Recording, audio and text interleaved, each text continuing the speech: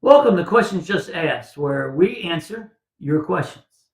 Hey, just want to let you know we're doing a Bible study on Wednesday mornings at 9 o'clock that gets broadcast. And what we're studying in that Bible study is biblical characters, biblical heroes. And we're taking a character study. It's really seeing how God moves through these different people in the Bible. We're looking at men and women in the Bible. So if you feel so free, join us on Wednesdays at 9 o'clock. So let's get to the question of the day.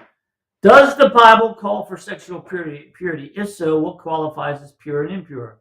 Why was it such a problem with certain biblical heroes? Oh boy. When we talk about sexual purity, what we're saying is that sex is reserved for a heterosexual marriage. It's really sexual ethics, not sexual purity, that we're talking about today. Sexual purity, as we're told in Ephesians, is men love your wives as Christ loved the church. As women respect your men. Sexual fidelity was to reveal Christ. It's also a protection of the weaker one in the relationship, which is often the woman. Marriage is the protection of a weaker person in the relationship, which is often the woman, because they don't work. They raise the kids. Their money is easy flowing. So the sexual purity is to be associated with marriage. What's qualified as impure? I like to look at it this way. Anything that you give another man or woman that should be reserved only for your wife or husband, future or present, is impure. If you're even, I never thought I have to deal with in my counseling sexual affairs via the internet. Internet affairs. And it's not about having a sexual relationship, not at all. It's about you're giving that person information, you're giving them your emotional side that should be reserved for your husband and wife. That's what it is. So that's how I look at it. Anything you're doing. So a kiss, who cares? Hold hands, who cares? Beyond that, you have to be watching out that you're not giving something to that person that should be reserved for your future or current husband or wife. Then it's impure. So why was this such a problem? I'll tell you why. Sex is problematic for all mankind. I don't care your age. I don't care your sex. We say we need it. No, we don't really need it. We want it. Science says the sexual urge is just as close to the desire to eat food. That's how strong it is. So why did the men in the Bible have problems with it? Why did the heroes of the Bible? Because it's been a problem for man since Adam and Eve in the garden. Remember what the first problem was? They realized they were what? Naked. They realized they were naked. Interesting. First problem was sexual in nature. And it just doesn't stop. Now, what do you do with that? You got to give it to the Lord. You got to seek Him in all things. He told men to love your wives as Christ loved the church. Wow. Loving our wives, being faithful to them is like Christ loved the church. You know what He called it when God's children chase after idols? Prostitution. Adultery.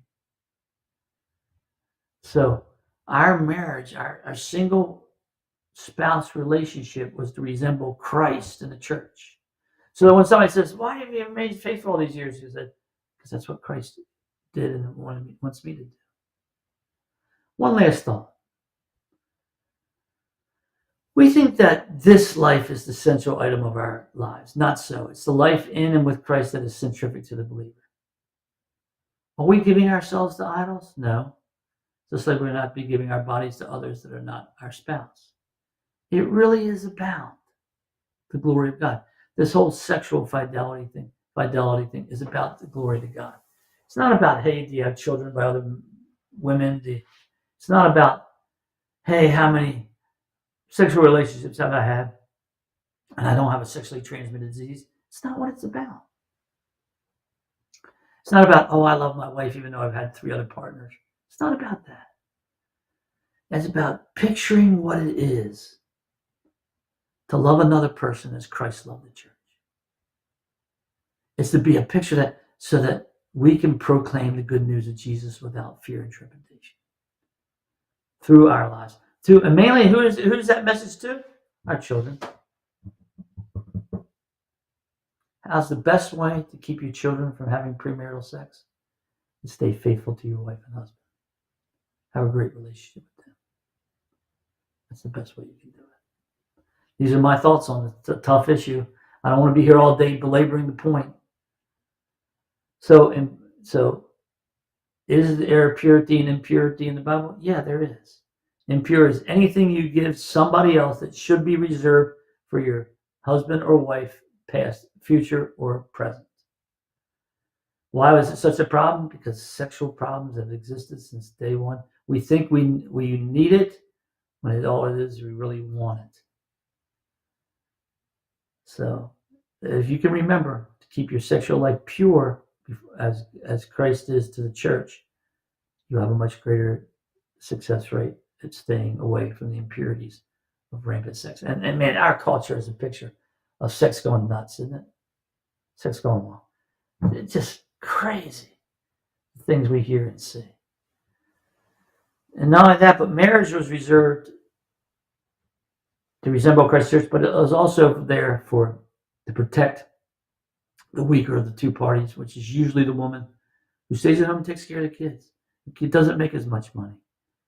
It doesn't even hardly make any money. So that marriage was protected, and they shouldn't have to be worried about my husband's going off seeking another woman at the office. This isn't about what I can get. That's the other thing I think it is about sex. Sex isn't about what I get, it's what I give. I give that marital counseling to people all the time when they come to me from premarital counseling. So I want you to remind them about the sexual act. It's going to tell you it's what you can get. It's not about what you get, it's what you give. What you give to the other person. If we have 2 people giving to each other in a sexual relationship, it'd be a beautiful relationship. Premarital sex is usually about what I can get. Or adultery is about what I can get. And young ladies, don't give it to them no matter what they say. Tell them to wait till we get married.